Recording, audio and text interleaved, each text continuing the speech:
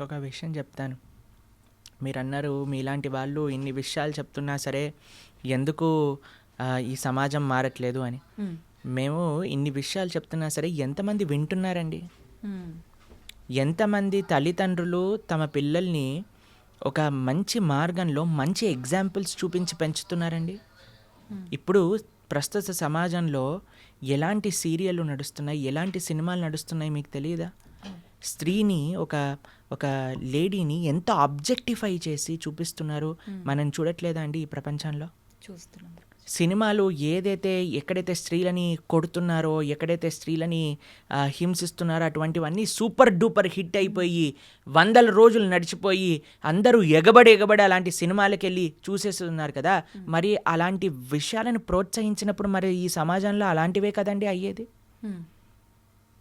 మనం ఇంత ప్రార్థన చేస్తూ ఎన్నిసార్లు మనం ఇప్పుడు మిమ్మల్ని మేము ఎలా పిలుస్తాం చెప్పండి? మాతాజీ అని పిలుస్తాం. మాతాజీ అని పిలుస్తాం, అంతేనా? ఎప్పుడైతే మనము ప్రతి ఒక్క స్త్రీని అమ్మ అనే ఒక పేరుతో గౌరవిస్తామో అప్పుడు ఎటువంటి ఇలాంటి భావన రాదండి. ఏ సినిమాలో మీకు ఇలాంటి భావన చూపిస్తున్నారండి? లేదు ఎక్కడ. ఏ సీరియల్ కానీ, ఏ టీవీ ఛానల్లో కానీ, ఏ మూవీ క్రియేషన్లో కానీ స్త్రీ పైన గౌరవము, రెస్పెక్ట్ అనేది ఉంటుందా? ఎంత ఈజీగా ఈ ఒక స్త్రీ అనేది నీ ఎంజాయ్మెంట్ కోసమే పుట్టింది కాబట్టి నువ్వు ఏదైనా చేసుకోవచ్చు, కొట్టినా పర్వాలేదు, తిట్టినా పర్వాలేదు, ఏదైనా పర్వాలేదు, ఎవ్రీథింగ్ ఈజ్ నార్మల్ అని లక్షల కోట్లు మీరే ఇచ్చి మీ పిల్లల్ని మీరు తీసుకెళ్ళి ఆ సినిమాలను ప్రోత్సహించి ఈరోజు ఇలాంటివి అయినా ఇప్పుడు ఎందుకు అవుతున్నాయి అని మనం ఎలా అడుగుతాం చెప్పండి? మీకు ఒక విషయం చెప్తాను. శాస్త్రంలో ఒక విషయం చెప్పున్నారు. మాతృవత్ పరదారేషు పరద్రవ్యేషు లోష్టవత్ ఆత్మవత్ సర్వభూతేషు యః పశ్యతి స పండితః. నిజంగా ఒక వ్యక్తి మంచివాడవుతే, నిజంగా చెప్పాలంటే మగవాడు అని అనాలి అని అంటే మాతృవత్ పరదారేషు, తన భార్య తప్ప మిగతా వాళ్ళందరినీ కూడా ఒక మాతృ స్వభావంతో చూడాలి. మాతృవత్ పరదారేషు పరద్రవ్యేషు లోష్టవత్, వేరే వాళ్ళ యొక్క ధనాన్ని చెత్తతో సమానంగా చూడాలి. నీకెంత భగవంతుడు ఇచ్చాడో అది నాది, వేరే వాళ్ళ ధనం నాకు అవసరం లేదు.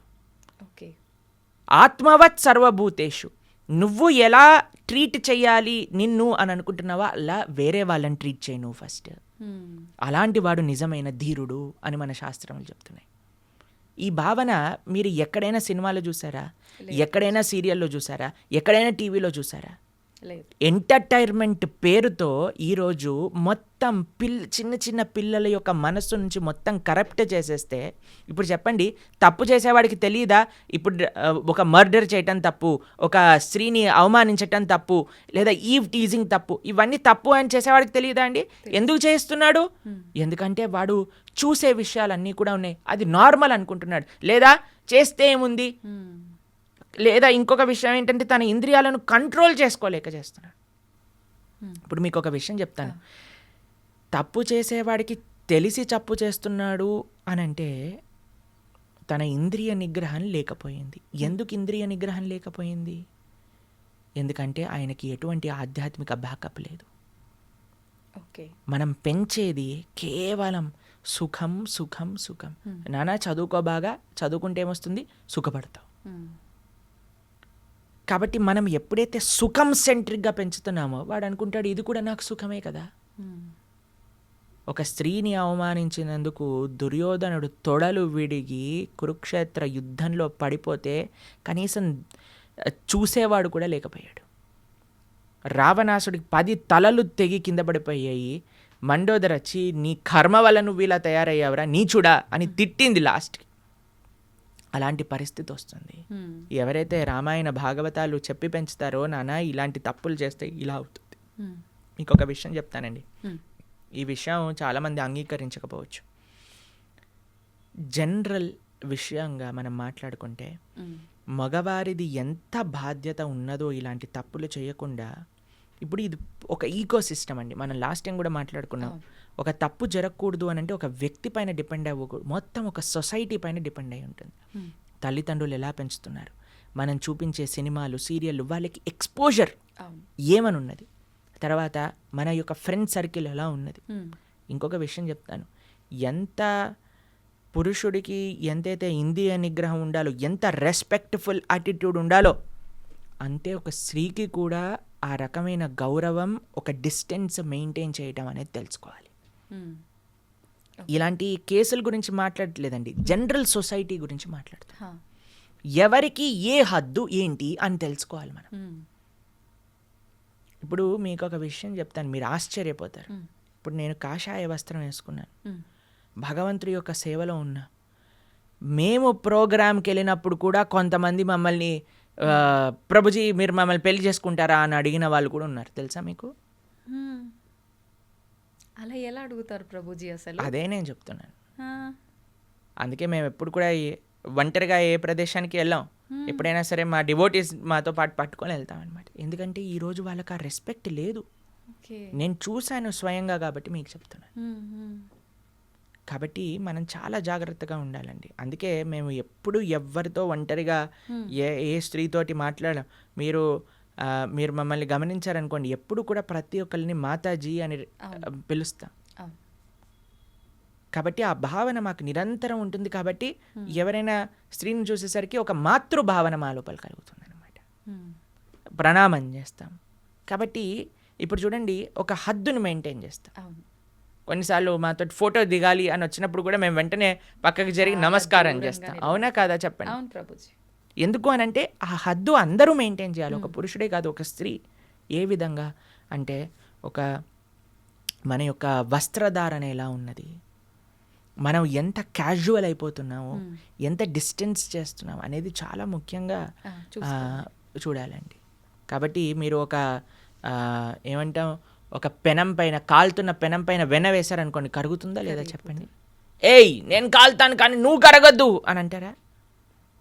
వెన్న ఆగగలుగుతుందా అండి? సాధ్యపడదు. కాబట్టి మనం ఈ హద్దును మెయింటైన్ చేయాలి, ఒక స్త్రీ ఒక అందుకే మన సనాతన ధర్మం is a very beautiful society అండి. ఎలా స్త్రీలు ఎలా ఉండాలి, పురుషులు ఎలా ఉండాలి, నీ యొక్క బాధ్యత ఏంటి, నీ యొక్క బాధ్యత ఏంటి, ప్రతి ఒక్కళ్ళకి వాళ్ళ వాళ్ళ బాధ్యతలు చెప్పారండి. రాముడు ఏకపత్ని వ్రతం చేశాడు ఆయన. అలా సీతమ్మ తల్లి అంత పతివ్రత వ్రతం ఆవిడ చేసేది. ప్రతి ఒక్కరికి వ్రతం ఉన్నదండి, పురుషుడికి ఉన్నది, స్త్రీకి ఉన్నది. లేదు పురుషుడు ఒక్కడే చేయాలి, స్త్రీ నేను ఎలా ఉన్నా పర్వాలేదు అని మనం అనకూడదు. అలా అని వాళ్ళు ఏదైనా పర్వాలేదు మనకు బానిసలు అని వీడు అనుకున్నాడు అనుకోండి, పరమ చండాలమైన ఆలోచన అది. కాబట్టి ఈ సొసైటీ మారాలి అని అంటే దేనివల్ల మారుతుంది అని అంటే మనం దేన్ని ప్రోత్సహిస్తున్నాం, దేన్ని చూపిస్తున్నాం, దేన్ని వినిపిస్తున్నాం. మీకు ఒక విషయం చెప్తాను. రామాయణం సీరియల్ చూపించినప్పుడు, ఎప్పుడైతే ఫస్ట్ టైం రామాయణ సీరియల్ భారతదేశంలో చూపించారో, క్రైమ్ రేట్ ఆటోమేటిక్గా తక్కువైపోయిందట. ఎందుకంటే అందరూ రామాయణాన్ని చూస్తున్నారు, అందరూ అందులో ఉండే మంచి విలువలను చూపిస్తున్నారు. దాని తర్వాత ఎప్పుడైతే, మీకు ఒక విషయం చెప్తాను, మీరు చాలా ఆశ్చర్యం అనుకోవచ్చు, ఎందుకు ప్రభుజీ సీరియళ్ళని సినిమాలని ఇలా అంటున్నారు అని అంటే దాని యొక్క ప్రభావం ఉంటుంది. రీసెంట్గా మేము ఒక వీడియో చూసాము, అందులో ఒక చిన్న పిల్లవాడిని అడుగుతున్నారు, ఇంత చిన్న వయసు నీది గుట్కా తింటున్నావు, ఏమవ్వదా నీకు అని అంటే, హీరోకి ఏమవ్వంది నాకెందుకు అవుతుంది అని అన్నాడు. అయితే ఆ హీరోకి ఎందుకు అవుద్ది అంటే, ఆయన తింటున్నాడు కదా యాడ్లలో, ఆయనను చూసే నేను తిన్నా.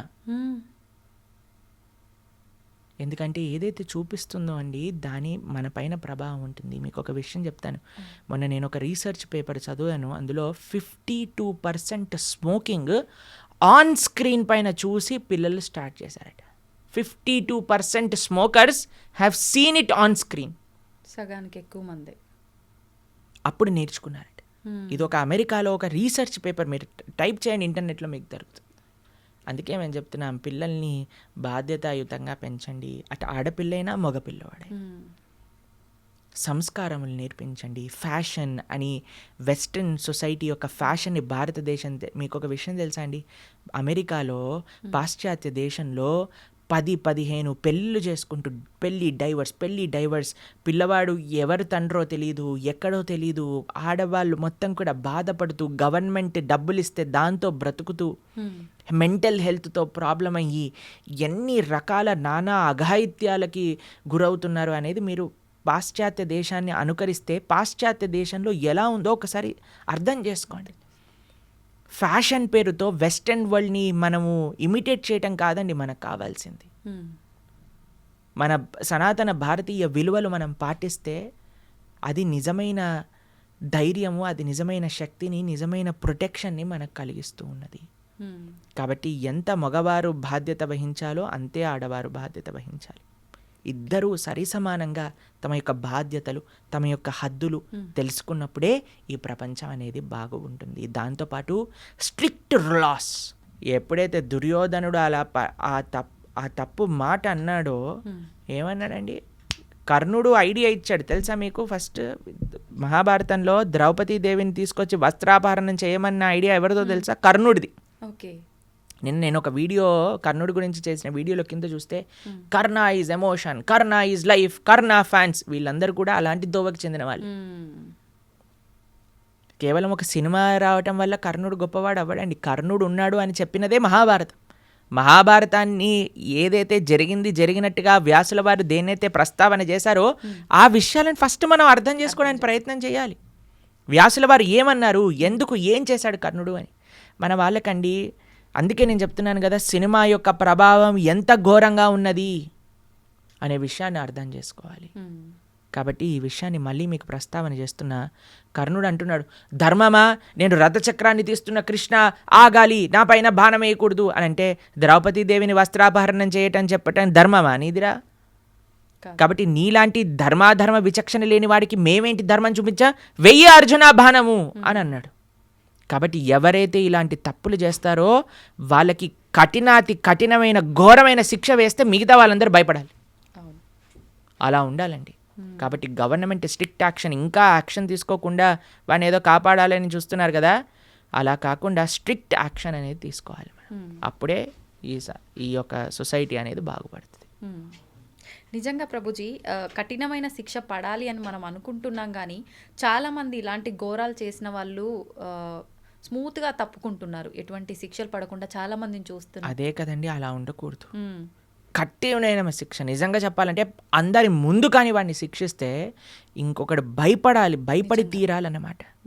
ఎక్కడైతే ఇలాంటి వాళ్ళకి ఏమి పెద్ద పెద్ద కోర్టు చుట్టూ తిప్పటాలు అవి ఇవి అన్నీ చూపించటాలు ఏం లేదండి. తప్పు చేశాడంటే అందరి ముందు శిక్ష వేసేయాలి, అయిపోతుంది అంతే. అప్పుడు కానీ ఈ ప్రపంచం అనేది ఒక భయం అనేది ఎంత భయపెట్టినా ఏదైనా అండి, చివరికి మనం మాత్రం అక్కడ భయపెట్టి ఇక్కడ దాన్నే మనం ఎంతో హ్యాపీగా చూపిస్తూ ఉన్నామనుకోండి, దానివల్ల ఏమీ లాభం లేదండి, మార్పు లేదండి. కాబట్టి మీకు తెలుసు మేము ఏ సినిమాల గురించి మాట్లాడుతున్నామో. కాబట్టి అలాంటి సినిమాలు నడిచినన్ని రోజులు, ఆ సినిమాలన్నింటినీ కూడా మనం చాలా ఎంజాయ్ చేసి చూసినన్ని రోజులు మనం ఏమంటున్నాం, ఇండైరెక్ట్గా నాకు పర్వాలేదు అని అంటున్నాం. ఆ భావన మన లోపల ఉండకూడదు అంతే. హరే కృష్ణ. హరే కృష్ణ ప్రభుజీ, నిజంగా చాలా చక్కగా వివరించారు. ప్రతి ఒక్కరు కూడా మీరు చెప్పిన విషయాలు పాటిస్తే ఖచ్చితంగా మార్పు ఉంటుంది. ధన్యవాదాలు ప్రభుజీ. హరే కృష్ణ.